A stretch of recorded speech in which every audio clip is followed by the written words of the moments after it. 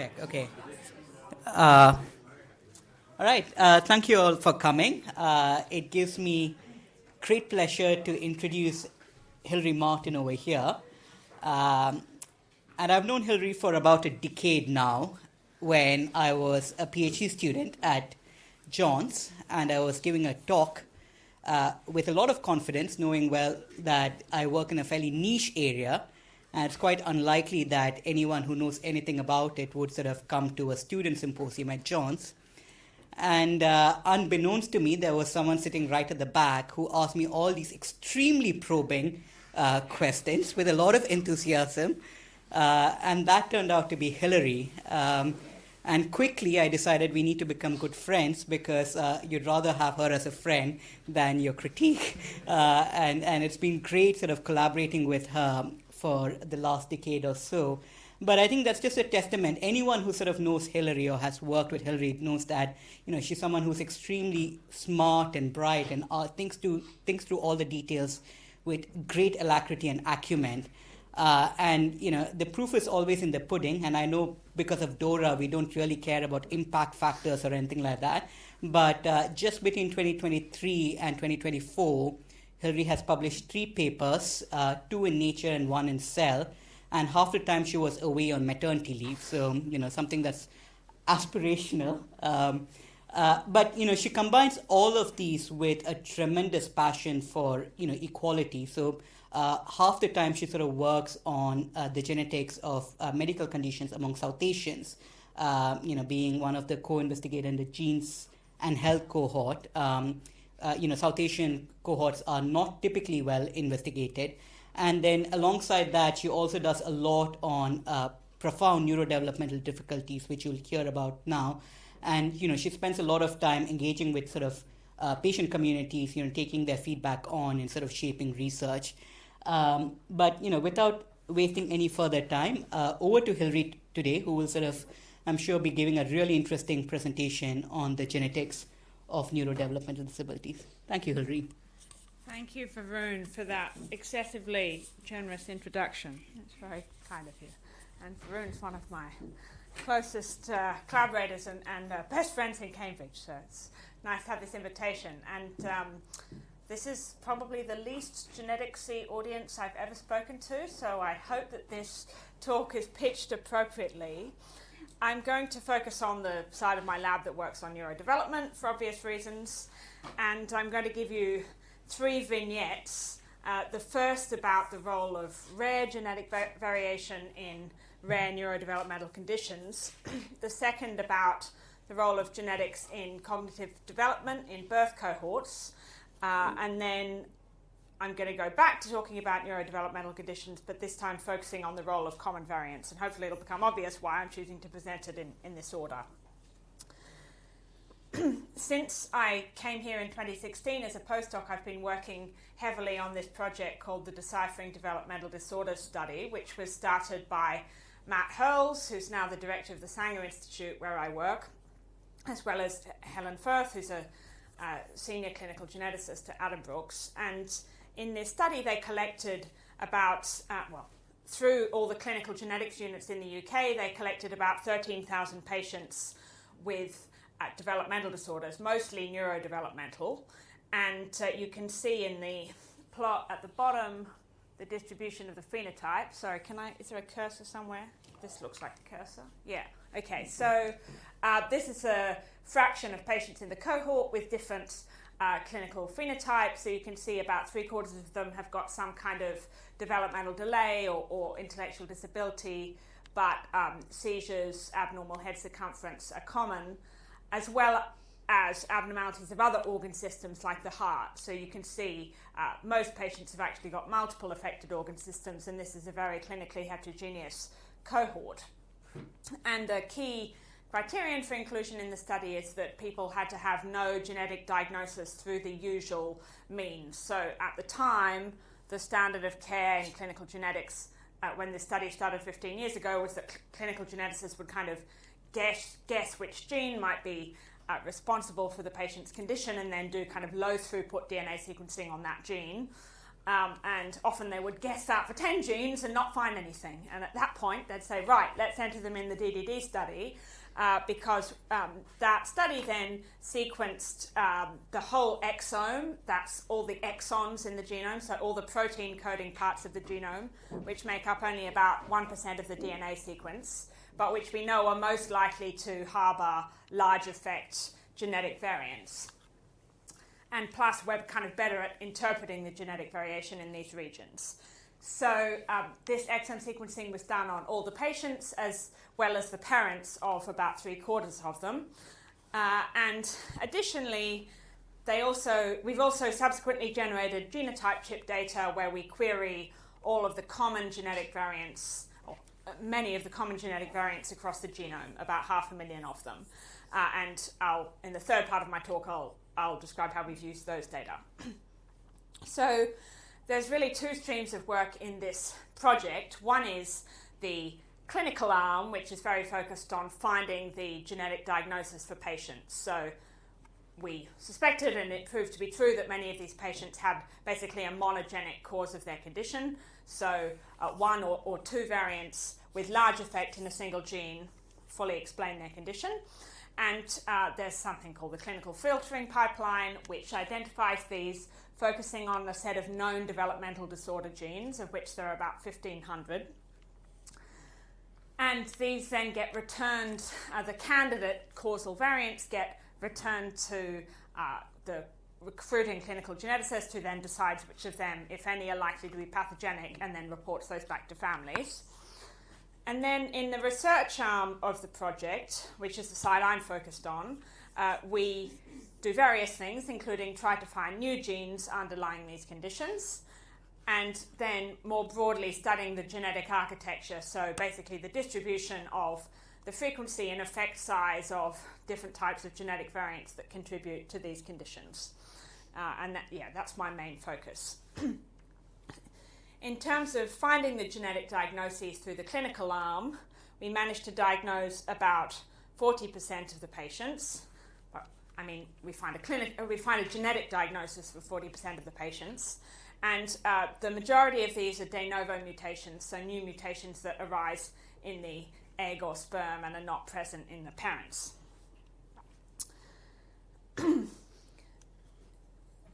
To quantify the genetic architecture, in particular estimate the contribution of rare large effect variants, we calculate something called the attributable fraction for different classes of variation. So, for example, for de novo mutations, essentially what we do is we count up all of the observed de novo mutations, say, across all genes in, say, loss of function mutations, which ablate the protein expression. And then we have to have some null model for calculating how many variants in this class we actually expect to see by chance. And I won't go into the detail of how we do that, but basically we kind of know how to do that. And then we take the difference between the observed and expected number and divide this by the total number of patients in the study. And that gives us an estimate of what fraction of patients are explained by that given type of variation. And this makes a pretty big assumption that every excess variant above what we expect by chance fully explains one patient. And we think that's kind of probably a reasonable assumption for the kind of variants we're looking at, because we know that there are monogenic causes of these disorders, and they explain a large fraction of patients. So we've estimated through various studies that de novo mutations that alter the coding sequence probably explain about 40% of patients.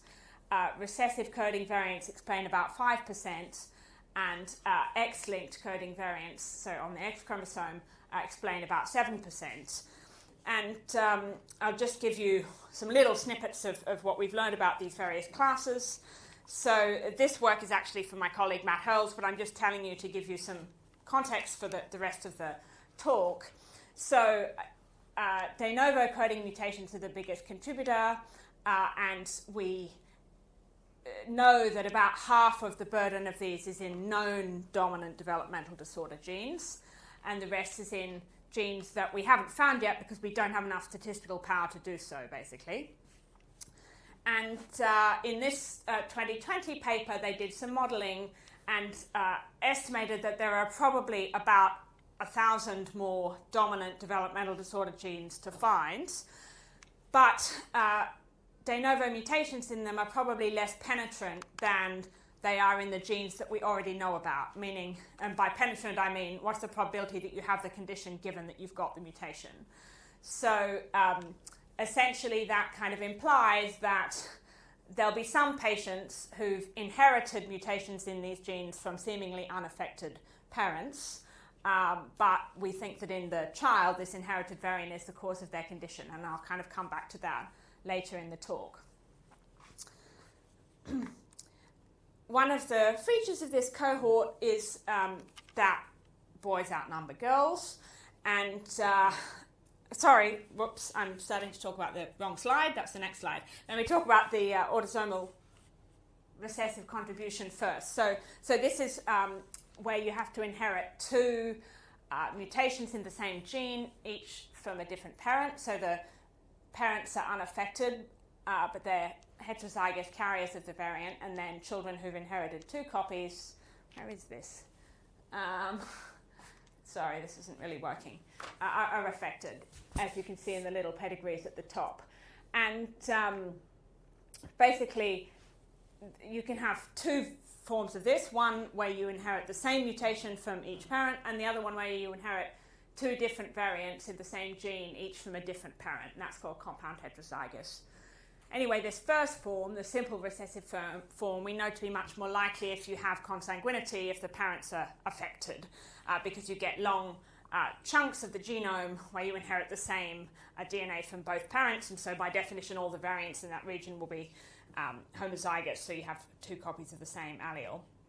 And we showed in this paper last year that the overall contribution due to these recessive coding variants, so this attributable fraction I was talking about, it's very closely correlated with the average fraction of the genome that is homozygous. And here I'm in this plot, each dot is for a different population, and the population's inferred from their genetics, and you can see that this is a kind of ridiculously good correlation. And just for context, the expectation is that offspring of first cousins will have about 6% of their genome homozygous, and offspring of second cousins is a bit over 1%. So basically the contribution of these recessive variants varies substantially between populations, but purely because of differing levels of consanguinity. The third kind of major Mendelian contributor to these conditions are X-linked variants, and so these have two types, kind of de novo mutations on the X chromosome. Of course, they can occur there as well, and these can affect males and females. And then X-linked recessive variants, where males who only have one copy of the X chromosome inherit the mutation from their unaffected mother, who also has a normal allele. And we hypothesized that these X-linked variants might contribute to the male bias within the cohort. So there are about 1.4 males for every female in the cohort. So to assess this, a few years ago, we calculated the fraction of patients, the fraction of males and females who are attributable to either these X-linked dominant or X-linked recessive causes across all genes on the X chromosome. And in fact, we found that this fraction was not significantly different between males and females, so that's the pink. So that, in fact, that implies that the X chromosome is not responsible for this sex bias, and we still don't really know what is, except for this kind of nebulous female protective effects concept that you may have heard Varun talk about in the context of autism. But at a genetic level, we don't really understand it. So I've told you about these coloured chunks at the bottom of this bar. What about the grey? What about all these people who are not explained by these simple Mendelian causes? There are several possible factors that can contribute, and I'm going to start by talking about incompletely penetrant rare variants. So these are variants inherited from a parent who's unaffected, but in dominant genes as opposed to recessive. And I'll just introduce this work by a colleague to kind of motivate the next part of my talk. This is work by Caitlin Samoka, who was a postdoc with my colleague Matt Hurls, and essentially she did 2 analyses to investigate the role of these incompletely penetrant rare variants. One was comparing children with unaffected parents within the cohort to unaffected controls from an independent cohort, and the other was looking at the rate of transmission of rare variants in different classes from unaffected parents to their affected offspring. So if the variants are actually contributing to risk in the offspring, we expect to see them being transmitted more than 50% of the time, which would otherwise be the expectation. So what she observed is that there is a significant, small but significant excess of rare protein truncating or loss of function variants in the cases compared to controls, and these are also transmitted slightly more than 50% of the time from unaffected parents to children. But as you can see, it's a minuscule effect size. If you restrict to the set of genes that are known developmental disorder genes, it's a larger effect. So there's an odds ratio of about 3, in this case control analysis. And also in a set of genes that we call constrained genes, which I'll explain on the next slide, we also see an excess of these inherited damaging variants. And she estimates that these protein truncating variants in these constrained genes explain about 6 to 8% of patients in the cohort. So what do I mean by constrained genes? Well, in large cohorts of healthy people, we can basically predict how many variants of a particular class we expect to see using a null model for mutation rate.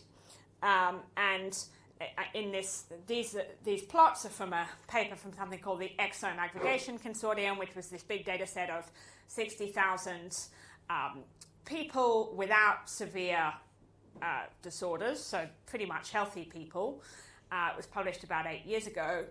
And this is just showing you that the null mutational model does a really good job of predicting how many synonymous variants per gene we're going to see. So these are variants that change the codon but don't change the amino acid. However, when you apply this model to predict the number of protein truncating or loss of function variants per gene, you can see it doesn't do so well, and there's a lot of genes where you observe fewer of these variants than the model predicts. And that's due to negative selection, so purifying selection.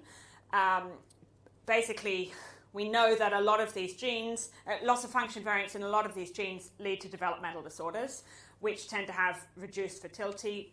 Many children die early, or if they live to adulthood, they don't have children. And in this paper, they developed a metric through which they defined about 3,000 genes that we call constrained, so genes in which loss of function variants are under negative selection. So about a third of these 3,000 constrained genes are already known to be developmental disorder genes, specifically dominant developmental disorder genes. I thought I'd just give you this fun little snippet before I move on with the kind of main next story in my talk. We wanted to know, well, what about the other genes? What's explaining this negative selection if it's not that variants in these genes cause severe disorders? So this is work that was led by my colleague Eugene Gardner, who was a postdoc with Matt Hurls. And basically he went to UK Biobank, which is this big data set of 500,000 kind of largely, well, it's a population cohort of adults in the UK who were between age 40 and 80. And he associated rare protein truncating variants in these constrained genes with, firstly, reproductive success. So in this case, I think I've plotted this is the probability of being childless. And this is just showing you that these rare protein truncating variants in constrained genes are associated with a lower chance of having children, but particularly in men, interestingly. So men in the green have a bigger effect size than women in the purple.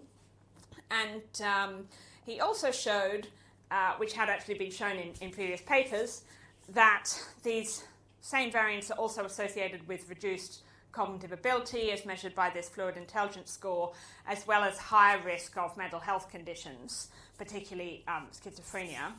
So, but interestingly, the effect size is the same in males and females. We see a very strong a male-biased effect on the probability of living with a partner. So these variants are associated with a lower chance of living with a partner, particularly in men.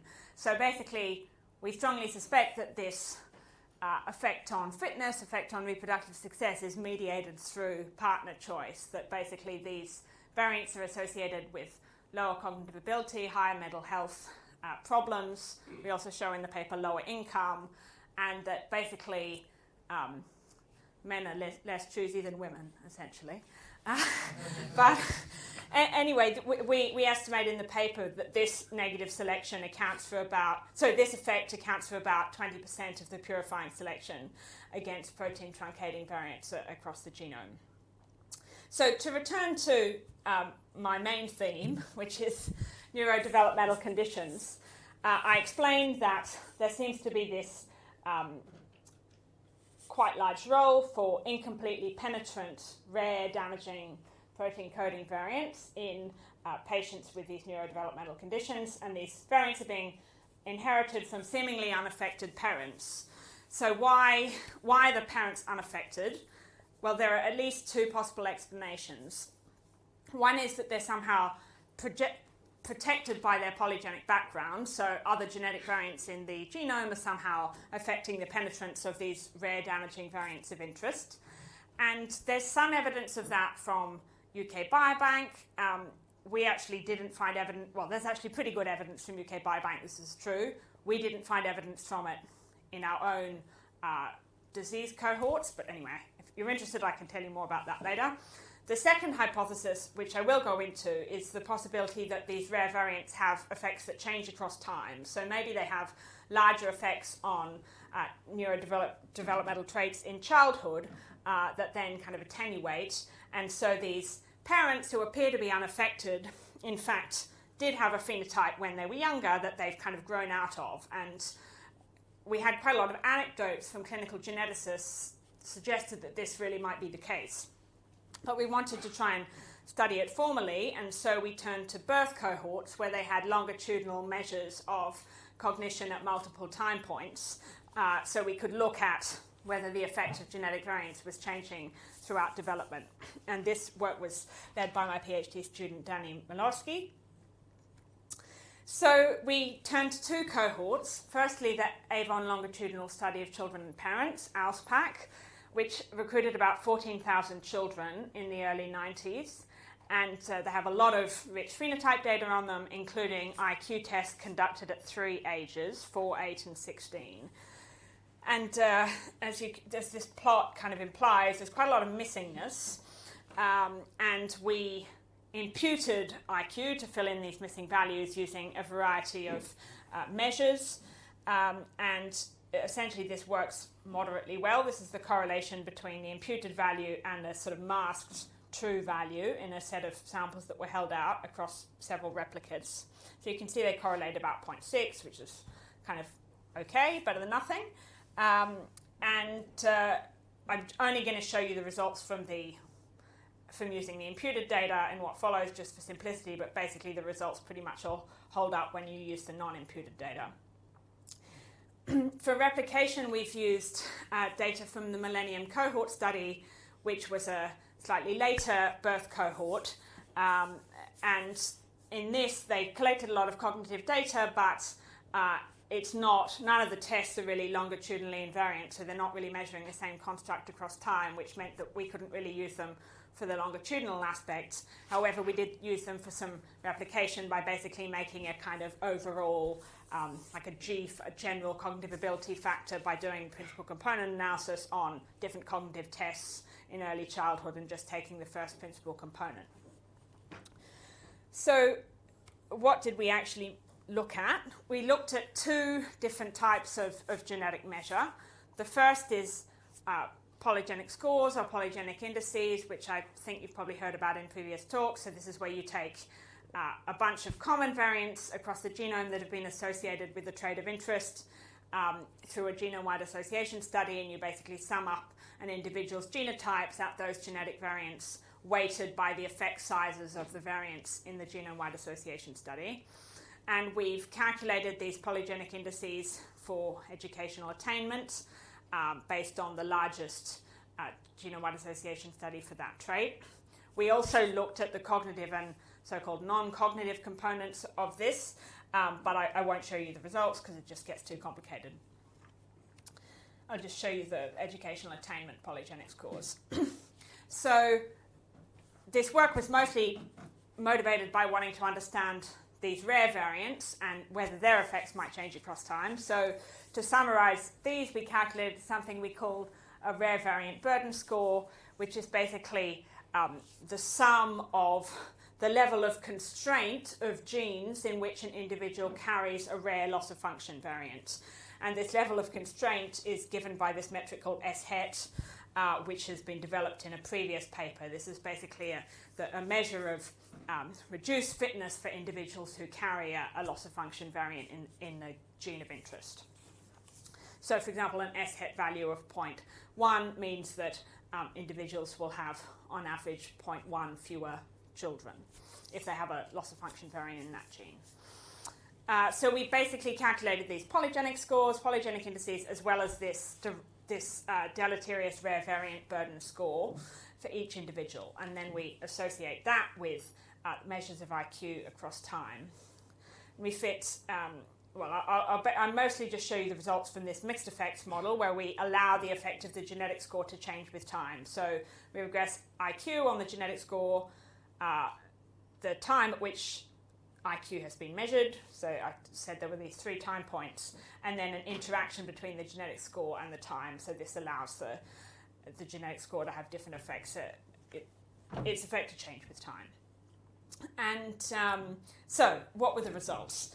In this plot I'm showing you the main effect of the polygenic score, so that's the coefficient on the G in that equation, and then this interaction effect between the polygenic score and age, so that's the coefficient on the interaction term. So this is just showing you that the polygenic score for educational attainment is associated with higher IQ, but this effect is increasing with age. So it explains more variance as children get older. If we look at the rare variant score, we see that this is associated with lower IQ, but there's also a positive interaction effect, which means that the effect, this negative effect of the rare variants is attenuating as children get older. So they're kind of showing opposite effects. The effect of common variants is increasing, the effect of rare variants is decreasing. Well, it's becoming closer to 0. And that is consistent with our hypothesis about why these variants might be incompletely penetrant in families with neurodevelopmental conditions, that basically the parents may have had a stronger phenotype when they were younger, but by the time they get to adulthood, they're kind of within the normal cognitive range and they're able to meet a partner and have children, and the clinical geneticist considers them to be unaffected. So this was quite satisfying. We went into this with a hypothesis that was kind of too good to be true, but it turned out to be true. Well, according to this analysis anyway. So far we've just associated the children's genetics with their own phenotype, in this case IQ. But these results don't necessarily imply that that's a causal effect, and let me explain why that is. We know that the parents' genetics contribute obviously to the kids' genetics. Parents pass on half their DNA to their children, but also the parents' genetics might have a direct influence on they might influence the child's phenotype, not just by passing on DNA, but because the parents' genetics influence the parents' behavior, and the parents' behavior affects the child's phenotype. And that phenomenon of genetically influenced parental behaviors affecting children's phenotypes is called genetic nurture or indirect genetic effects.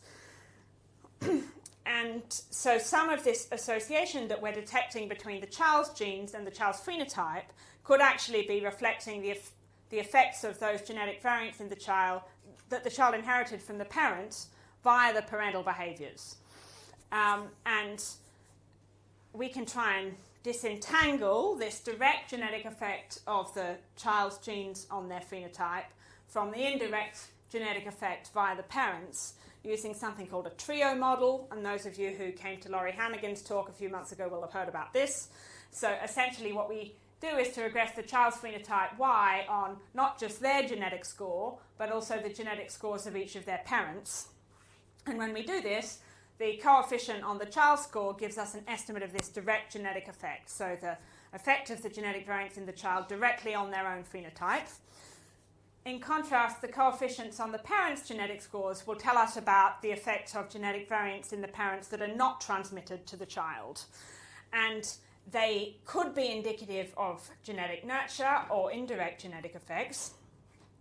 But we also know that they can reflect confounding due to population stratification, which is boring, and assortative mating, which is kind of interesting depending on your perspective. So basically, people tend to have children with people who have similar phenotypes to them, particularly phenotypes to do with cognition and educational attainment.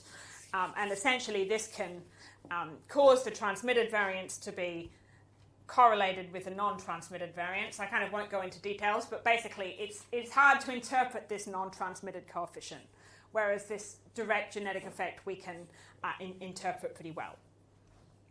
So we know from studies on other phenotypes to do with cognition that a lot of the effect we estimate in a kind of population analysis, where we simply associate the kid's genotype with the kid's phenotype without controlling for the parents, quite a lot of that effect is actually due to non-transmitted variants. So the non-transmitted alleles explain about 30% as much variance as the direct genetic effects on children's school grades. So we wanted to ask in our study of IQ the extent to which these genetic associations we were seeing were due to direct genetic effects, and whether the changing genetic effects were due to direct effects, or whether they could be explained by these non-transmitted effects. And so to do this, we just add the parents' genetic scores to the model. So this is the G subscript P and M.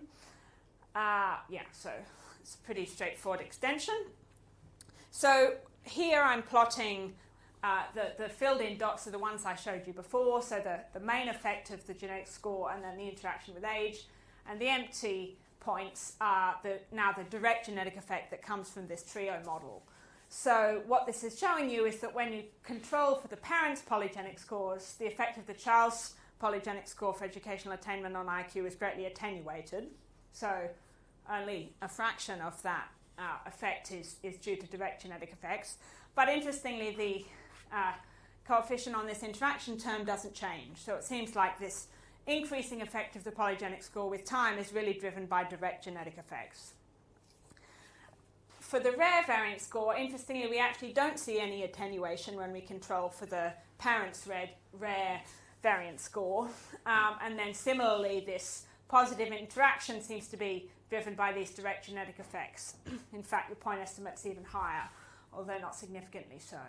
So these changing effects of common and rare genetic variants with age on IQ do seem to be driven by direct genetic effects. Now, we know that these rare variants are strongly associated with intellectual disability from the work I described earlier.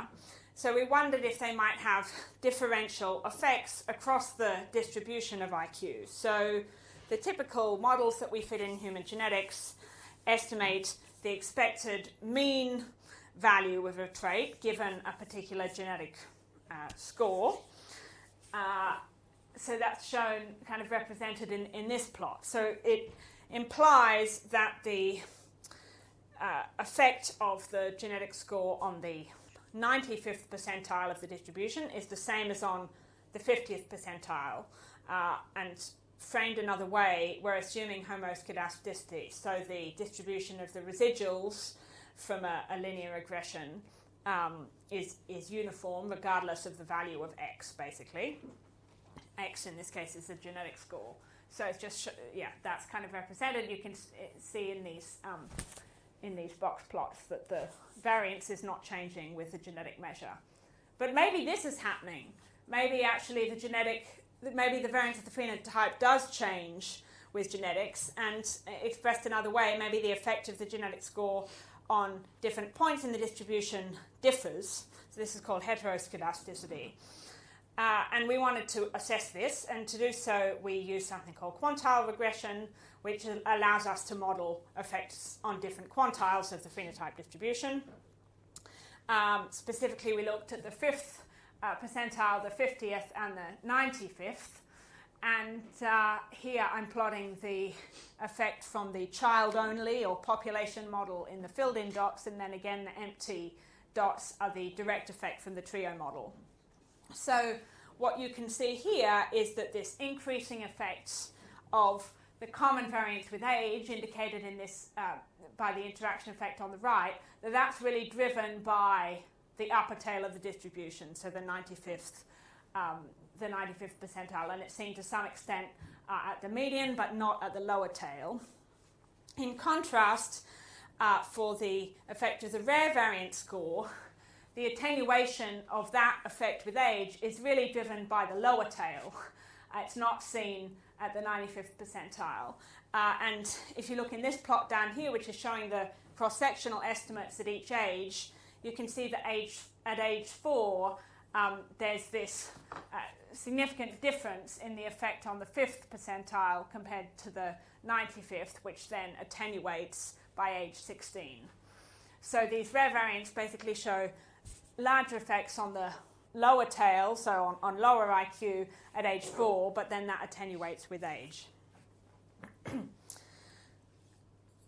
I mentioned the MCS cohort before. Well, how did we use this for replication? Essentially, we fitted these quantile regressions on this single measure of childhood cognition in the Millennium Cohort study, and we replicated this observation that the rare variant score shows larger effects on the lower tail. We also used UK Biobank, which is this adult cohort, which has measures of intelligence on several 100,000 people, and here we replicated this observation that the common variant score shows larger effects on the upper tail of the distribution, whereas the rare variant score doesn't show any heterogeneity of effect. So that's kind of reassuring. The last part of this project was comparing genetic effects to environmental effects on IQ, and I'm putting environmental in inverted commas because everything we look at has some genetic contribution. So we looked at the effect of the genetic scores, which we had found to have a direct genetic effect on childhood IQ. And we also looked at, so those were the, let me rephrase that. We looked at the genetic scores that were significantly associated with childhood IQ. So this is the child's polygenic score as well as the parents' polygenic scores. And then the child's rare variant burden scores, essentially. And then we've also included actual realised maternal educational attainment and paternal educational attainment, as well as a couple of perinatal factors, so maternal health during pregnancy. We've kind of summarised that. I can explain later if you care. And then also weeks born preterm, so a measure of gestational age. So we included these because we know that they're associated with neurodevelopmental problems. And so this is kind of a complicated plot. We fitted 2 models just because prematurity was only available on a subset of the cohort. So what do we learn from this? Well, firstly, if you square this coefficient, you get the variance explained because all the variables have been normalized. And this is showing you that the rare variant score explains a little bit more variance in IQ than the perinatal factors. You can see that parental educational attainment explains a similar amount of variance to the direct effect of the child's polygenic score. So those effect sizes are kind of similar. And then if you look at this interaction term down here, you can see that the effect of parents' educational attainment is not changing with age, whereas it seems like the negative effects of these perinatal factors on cognition are attenuating with age, which is consistent with other studies. So just to conclude this part of the talk, we think that these findings help us to explain the incomplete penetrance of rare variants in these neurodevelopmental conditions within families. And also, it suggests that the factors that best predict cognitive difficulties in childhood are not the same that predict kind of average cognition in adulthood. So next, we'd like to do more focused work on actually predicting poor neurodevelopmental outcomes in these birth cohorts, including genetics as well as socioeconomic and prenatal factors, and additionally bringing in kind of other omic data like methylation, which might reflect exposure to, say, prenatal smoking or alcohol, which you don't necessarily get great self-reporting on from the parents. An obvious question is what's driving these time-varying effects of the genetics, and I think to answer that we need much larger cohorts, and so we are now moving to work on this MOBA cohort in Norway that you will have heard from Laurie about, and we're doing exome sequencing there on about 30,000 children to allow us, well, to basically give us more power to, for example, stratify the analyses by SES, stratify the genome into different gene sets with different gene expression patterns across time to try and understand why the genetic effects are changing. And then finally, we'd like to do more work in cohorts of families with neurodevelopmental conditions to kind of confirm these findings are indeed relevant. So specifically, we'd like to get better longitudinal data on children with neurodevelopmental conditions and better data on the educational and cognitive histories of their parents to kind of firm up this as an explanation for the incomplete penetrance. And hopefully, these findings might one day lead to being able to give more accurate prognoses for patients with these conditions. I do have a third part of the talk, but it's 1:45. Should I power on or power on? Okay. So this last part is returning to studying cohorts of children with neurodevelopmental conditions and particularly looking at the role of common variants or polygenic background. So we hypothesized that this might be one of the factors explaining the patients who didn't have monogenic causes.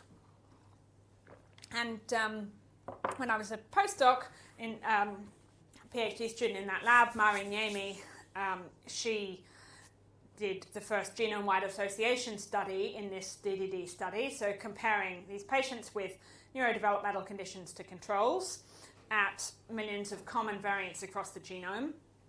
And she showed that indeed there is a contribution of common variants to risk of these conditions. Those of you who are familiar with these sort of studies will know there's a Manhattan plot where every dot represents the minus log 10 p-value for association between a common variant and the trait, in this case having a neurodevelopmental condition. And none of them cross this magic threshold for genome-wide significance, but we know that that's because we're underpowered. We can still estimate that overall these common SNPs are explaining about 8% of the variance in risk of these conditions. And by calculating genetic correlations, we can learn something about related traits. So these are basically the correlations between the effects of SNPs on neurodevelopmental conditions and the effects of SNPs on these indicated traits. So you can see that the common variants that are associated with higher educational attainment and higher cognitive performance are associated with lower risk of these rare neurodevelopmental conditions. And conversely, the common variants associated with increased risk of schizophrenia are also associated with increased risk of these rare neurodevelopmental conditions. So this was an old paper, and we wanted to extend this recently by expanding the sample, bringing in data from this other cohort, which is the Genomics England 100,000 Genomes project. So that brought in about another 4,000 patients with these rare neurodevelopmental conditions. And then really critically in this project, we also brought in genetic data on the parents, which we had previously ignored. Because obviously these common variants are inherited from parents, and so we kind of wanted to know what was going on there. So firstly, just to set the scene, we've looked at polygenic scores for various traits. We calculate a polygenic score for neurodevelopmental conditions, which we develop in the GWAS of the DDD project, and we test this in this Genomics England, or GEL project. We've also calculated polygenic scores for traits that we see to be significantly genetically correlated with neurodevelopmental conditions, notably educational attainment. And that's the score that explains the most variance in risk of these conditions, really, because it's just by far the biggest genome-wide association study. It's the most powerful. So you can see that these only explain a tiny percentage of the variation in risk of these conditions, but it's very significant because we've got lots of samples. But we still thought that there would be useful tools for trying to understand the common variant contribution to some extent.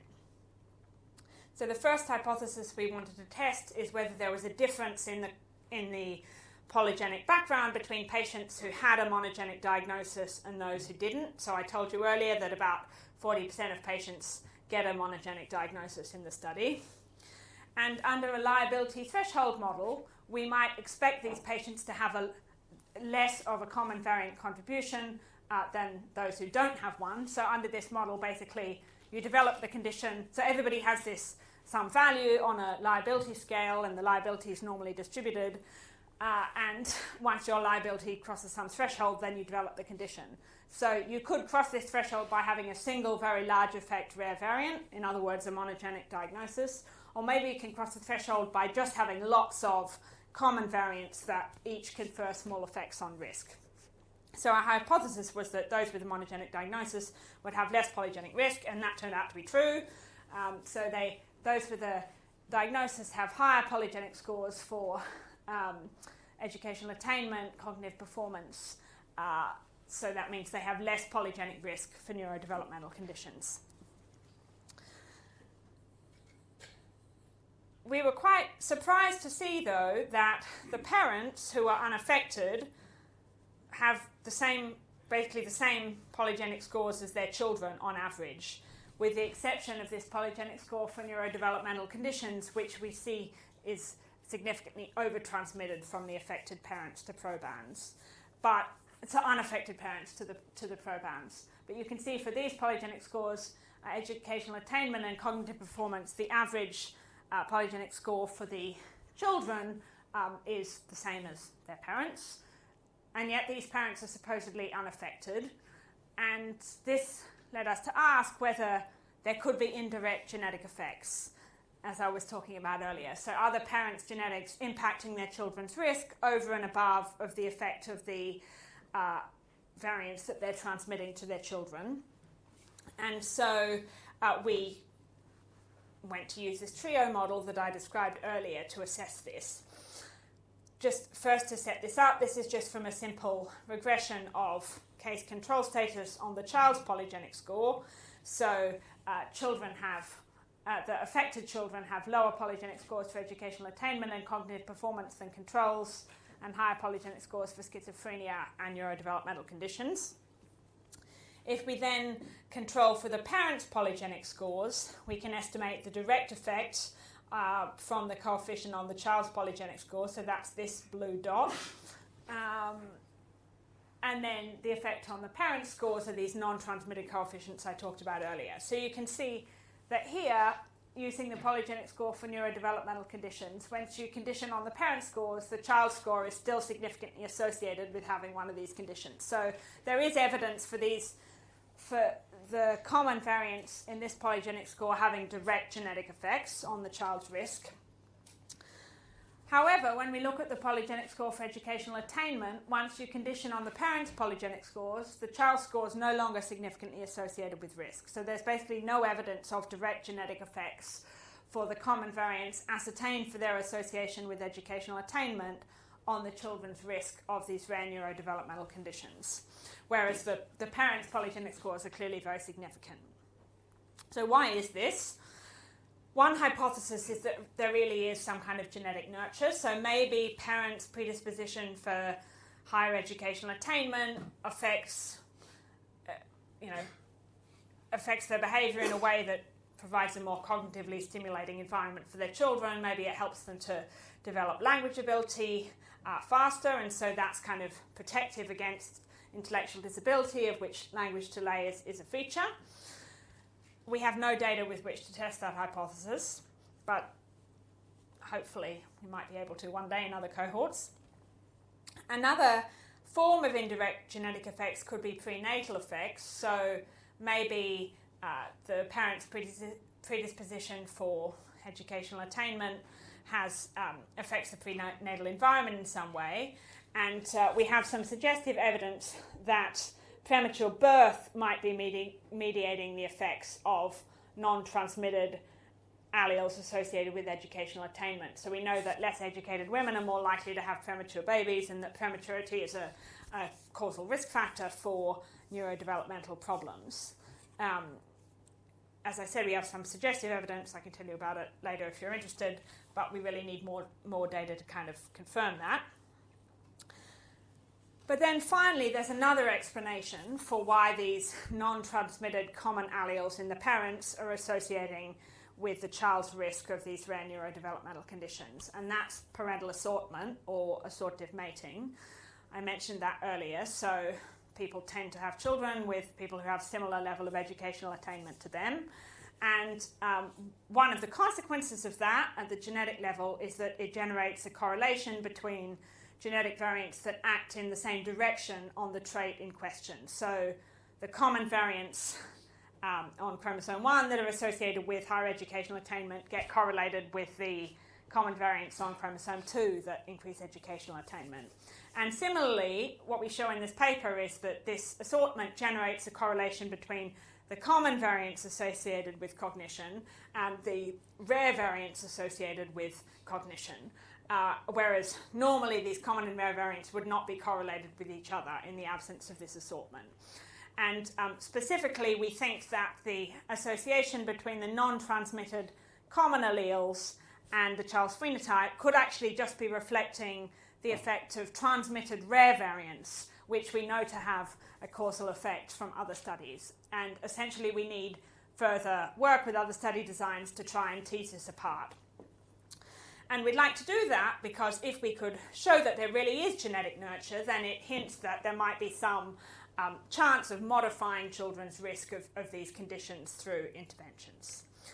So I'll wrap up now. Basically, I've told you that the genetic architecture of neurodevelopmental conditions involves various factors. There's a big contribution from these Mendelian-acting protein-coding variants. There's also some contribution from rare inherited variants that are incompletely penetrant. And part of the reason for that incomplete penetrance is probably that these variants have larger effects on cognitive ability early in life, which then attenuate. We think there's some contribution from common variants, but due to this complication about their correlation with rare variants because of assortative mating, actually now we're a bit less sure, and so we need to go and do our studies in a different way to try and disentangle these. To really understand the genetic architecture of these conditions, we're going to need, as always, more samples. We need to collect cohorts with longitudinal phenotype data, including on the parents. And I don't really have time to go into why this is, but basically we think that if we have genetic data on the grandparental generation, this will allow us to try and disentangle true genetic nurture from confounders, including assortative mating. So I want to finish by thanking these people, particularly Matt Hurls, who's a very close colleague and collected, really runs this DDD study. Danny, who's a PhD student in my group, Chin Chin, who's a staff scientist who led all the common variant work, and many other people who've contributed to bits of this, including Varun, who's been a fantastic sounding board on the common variant work in particular. Thank you.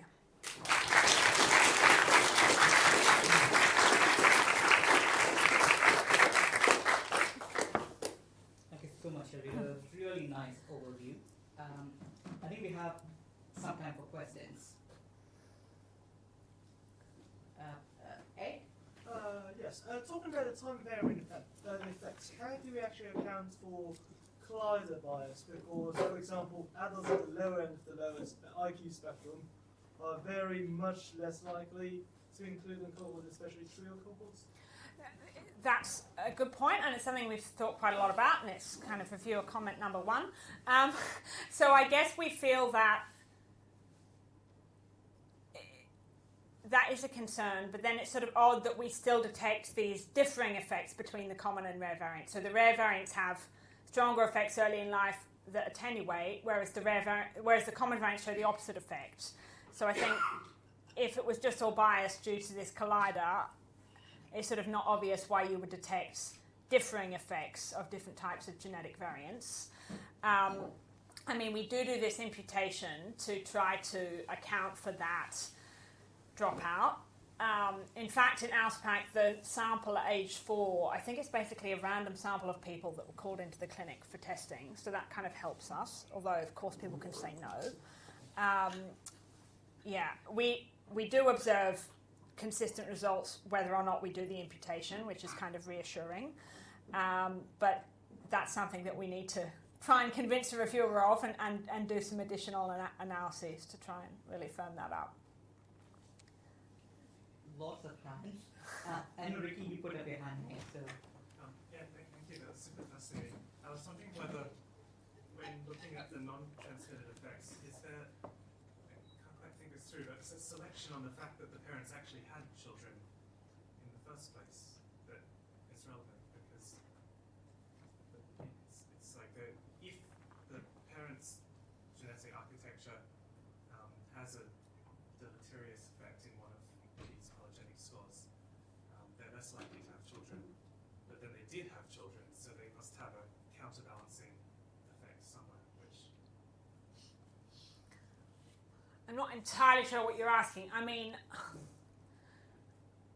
it's complicated in that actually, reduced educational attainment at a population level is actually associated with having more children at a population level, but actually it's probably a non-linear effect, and people with, very reduced IQ, well, they are less likely to have children. So there's some complexities there. I mean, another point, I guess, is just that, these polygenic scores, they only have a very small effect on risk of these conditions, right? I think I can see that with the first part when you were talking about the effects on the constraints against the rare variants. Is that what? In the first part of the talk, you had an odds ratio of how people much less likely to Oh, yeah. That's completely... That was for people with rare protein truncating variants in these constrained genes, but they have a really large effect on cognition of a standard deviation or something. So much bigger than the polygenic score.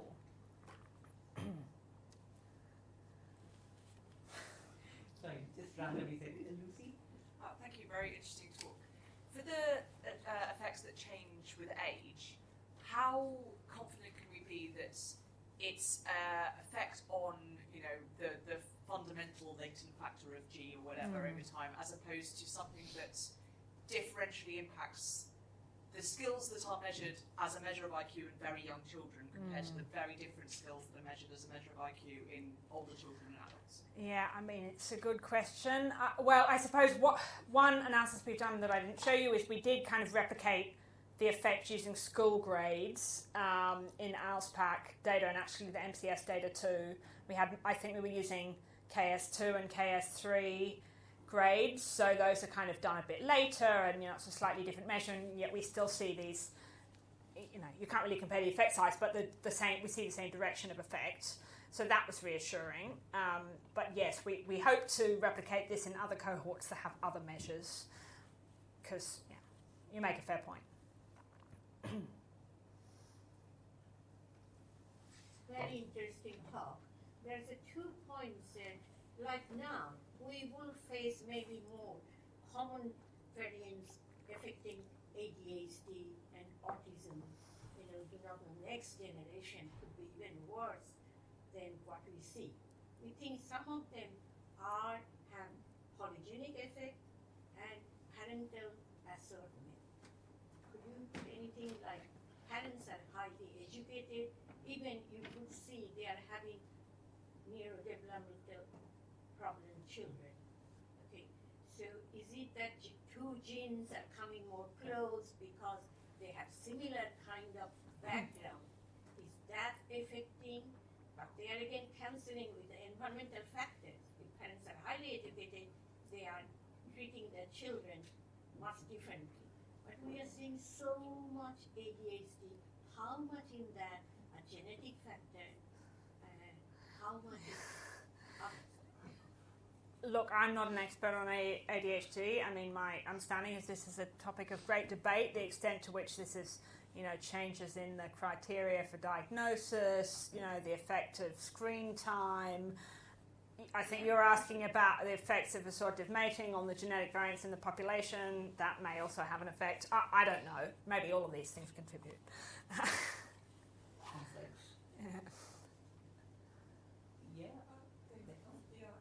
Sorry. Are these effects like kind of like conserved in siblings? In siblings.